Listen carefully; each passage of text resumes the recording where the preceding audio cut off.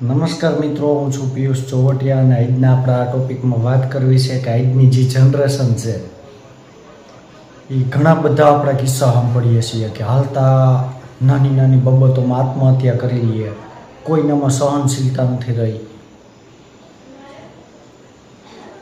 અને પછી પાછળ મિત્રો એનો આખો પરિવાર બરબાદ થઈ જતો જોવા મળે. તો આનું મૂળ કારણ છે મિત્રો, નાની નાની વાતોમાં એક તો જો કોઈનામાં અત્યારે સહનશીલતા નથી. આજની જે જનરેશન છે ને, જરા પણ નહીં. મને કેમ આમ કંઈક કહી દીધું, ઈગો હર્ટ થાય ફટાફટ. ધંધામાં નુકસાની આવવી, પરીક્ષામાં ઓછી ટકાવારી આવવી, સટ્ટામાં પૈસા હારી જવા, જુગારમાં પૈસા હારી જવા. હમણાં થોડાક સમય પહેલાં બિટકોઈનનું આવ્યું હતું. બિટકોઈનમાં લાખોની કરોડોની રમતો રમાતી, એમાં નુકસાની આવવી. કોઈ એવા કાર્યો કરી બેસવા કે જેને લીધે આપણે નીચું જોવાનો વારો આવે, આપણા પરિવારને નીચું જોવાનો વારો આવે. વ્યાજ વટાવવામાં ઊંડું ઉતરી જવું. આવી બધી ઘણી બધી બાબતો છે મિત્રો કે જેને લઈને આજની જનરેશન પોતે વાત નથી કરી શકતી ઘરે, કારણ કે એનું કંઈક આમ સ્ટેટસ હોય, એ સ્ટેટસ નીચું ન થવું જોઈએ. એને સમાજનો ડર હોય કે સમાજ મારા વિશે શું વિચારશે, મારો પરિવાર શું વિચારશે, મારી શું વાતો કરશે. આ ડરના લીધે આત્મહત્યા કરી બેસે છે. પરંતુ એનો ઉપાય હકીકત નથી, કારણ કે આપણી એક જે ભૂલ હોય ને, કોઈ એવી જોકે કોઈ બાબત નથી કે જેનો કોઈ રસ્તો ન હોય, ખાસ કરીને અત્યારના સમયમાં. મિત્રો અત્યારે દેખાદેખીનો સમય છે. પહેલાં તો આપણે આપણા બે પેઢી પહેલાં જોઈએ ને એટલે ટાઢા રોટલા ને શાક ને ડુંગળી ને એવું ખાઈને આપણા બાપદાદા જીવતા. પરંતુ હવે સુખ સુવિધા બીજાનું જોઈને આમ દેખાદેખી એટલી થઈ ગઈ છે. પછી માથે ચકડા ફરવા માંડે, એટલા સાહસ કરી નાખે અને પછી નડે. બાકી ખાવા પીવાનું કોઈને કંઈ આર્થિક રીતે એટલી બધી તંગી નથી કે કોઈને પ્રોબ્લેમ હોય. બધા સારું પોતાનો પગાર હોય કે જે મજૂરી કરતા હોય ને એ પોતે સારી રીતે રહી શકે, ખાઈ શકે છે. આપણે નડે છે એ કે આપણે આડા રસ્તે જતા રહીએ છીએ, અવળી સંગતે જતા રહીએ છીએ. સંગત ખાસ સારી રાખો. જેવી સંગત કરશો ને એવું થોડી ઘણી ઇફેક્ટ એની આવે છે. અને કોઈ પણ બાબત હોય ને મિત્રો, સૌ પ્રથમ આપણા ઘરને વાત કરો. ભલે એક વખત તમને ખીજાશે, એને દુઃખ થશે, પરંતુ તમારા ફેમિલીને, તમારા ગ્રુપમાં, મિત્ર સર્કલમાં વાત કરશો ને એટલે એનો ઉકેલ તો હોય જ. અને અત્યારના સમયમાં તો મિત્રો ખાસ કરીને આ સોશિયલ મીડિયાનો જમાનો છે.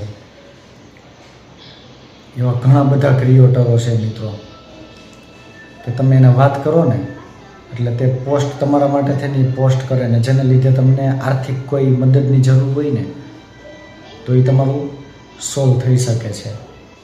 હવે વાત ઘણા બધા અમુક 6 થી 7 સોશિયલ મીડિયા ક્રિએટરોને તમે કદાચ કોઈકને વાત કરી હોય ને તો તમારે આત્મહત્યા કરવાનો વારો ન આવે, કારણ કે તમને એટલી આર્થિક સહાય મળી જ જાય કે જેથી કરીને ભલે એક વખત તમે જો આત્મહત્યા કરશો ને તો પણ નીચું જોવાનો તમારો વારો આવે ને પ્લસ પાછળ આખો પરિવાર મિત્રો તમારો બરબાદ થઈ જાય છે. તો એમાં વાતો કરે તો આમાં કરે, ગામના તમે મૂકી દો સાઈડમાં, ગામ તો વાતો કરવાનું જ છે. અને કોઈ મોટી ઉંમરના વિડીયો જોતા હોય તો આપણા દીકરા દીકરીઓને એવું નોલેજ આપીએ કે કોઈ પણ એવો પ્રોબ્લેમ હોય તો એ વાત કરે. પ્રોબ્લેમ બધાની લાઈફમાં આવતો જ હોય, એવા ઘણા બધા છે મિત્રો. અત્યારની જનરેશનમાં સહનશીલતા નથી કે સામાન્ય બાબતો હોય કે આમ ઈગો હર્ટ ફટાફટ થઈ જાય, મને કંઈક કહી દીધું. હમણાં થોડાક દિવસ પહેલાં એક કિસ્સો મેં એક રીલ્સ જોઈ હતી કે જે 2 વ્હીલ ચાલક જતો હતો, પાછળ 4 વ્હીલવાળો હતો, હોર્ન માર્યા 3-4, ઓલા ગાડીની સાઈડ નહીં આપી ગયું હોય તો ગાડી અડાડીને સાઈડમાંથી નીકળી ગયો અને પછી ભાગી ગયો. સમય જ નથી કોઈ પાસે, ઈગો હર્ટ થઈ જાય ફટાફટ કે મને સાઈડ ન આપી. એમ નાની નાની વાતમાં કાંઈ ન હોય એમ.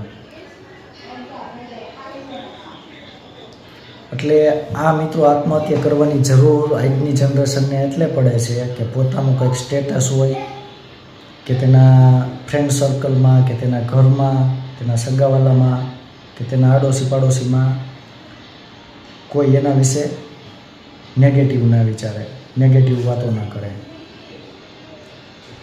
કારણ કે તેને સારું દેખાડવું છે બધાને. સીધી રીતે ને ઈમાનદારીથી નીતિ પ્રમાણે કામ કરશો ને તો થોડુંક મોડું 2-5 વર્ષ પણ સારો સમય બધાનો આવે જ. શોર્ટકટમાં આપણે પૈસા કમાવાની ઓલી કરીએ ને ભાગદોડ, એમાં કોઈ દિવસ કોઈ રીતે શોર્ટકટથી પૈસા બનતા નથી. આ વસ્તુ યાદ રાખજો. પૈસા બનાવવાનું કોઈ શોર્ટકટ છે નહીં. એટલે ખાસ કરીને એવી કોઈ ટ્રાય ન કરવી કે હું જલ્દી આમાંથી લઈ લઉં. એટલે આજની જનરેશન જે એવું વિચારે છે ને કે મેં આટલી નુકસાની કરી છે, કે આવું કામ મારાથી થઈ ગયું છે અને હવે સમાજ મારી વાતો કરશે, તો મિત્રો વાતો તો સમાજ તો કરવાનો જ છે. એ કદાચ તમે આત્મહત્યા કરી લો ને તોય વાતો કરવાનો છે. તો આત્મહત્યા કરવાથી તમારી આખી પરિવારની જિંદગી બરબાદ થઈ જાય છે. એના કરતાં ભલે એક વખત તમને જે નજરે જોવે તમને ખીજાશે, પરંતુ પાછળની જે તમારી લાઈફ છે ને એ ખૂબ જ બેસ્ટ છે. એટલે કોઈ દિવસ એવો નિર્ણય ઉતાવળો ના લેવો કે હવે આપણા પાસે કોઈ રસ્તો નથી. ખૂબ જ સારા એવા રસ્તા છે મિત્રો. અત્યારે આપણું સમાજની બીક મૂકી દો એટલે કોઈ દિવસ કાંઈ વાંધો નહીં આવે. સમાજ તમે સારું કામ કરશો તોય વાતો કરશે, અને કાંઈક નેગેટિવ એવું પ્રવૃત્તિ કરીશું તોય વાતો કરશે. તો મિત્રો વાતો ના થાય એના માટે થઈને આપણે આપણા પરિવારની આખી જિંદગી બરબાદ કરી દેવી તો એ તો યોગ્ય નથી ને.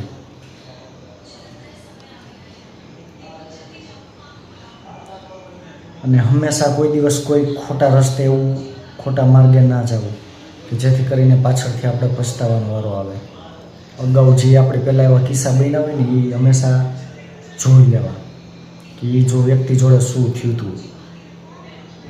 કોઈ દિવસ પૈસા કમાવાનો કોઈ શોર્ટકટ નથી. મહેનત કરો, ઈમાનદારીથી નીતિથી કામ કરો.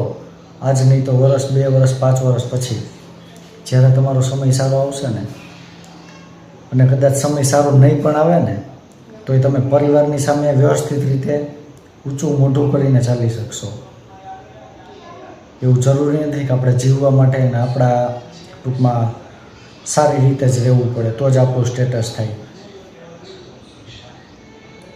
ઘણા બધા એવા સામાન્ય લોકો છે જેનું ખૂબ જ એવું સારું નામ હોય, સેવાકીય કાર્યો કરતા હોય, કાંઈ પ્રોબ્લેમ નથી, કારણ કે એને એવા કંઈ કામ જ નથી કરવા.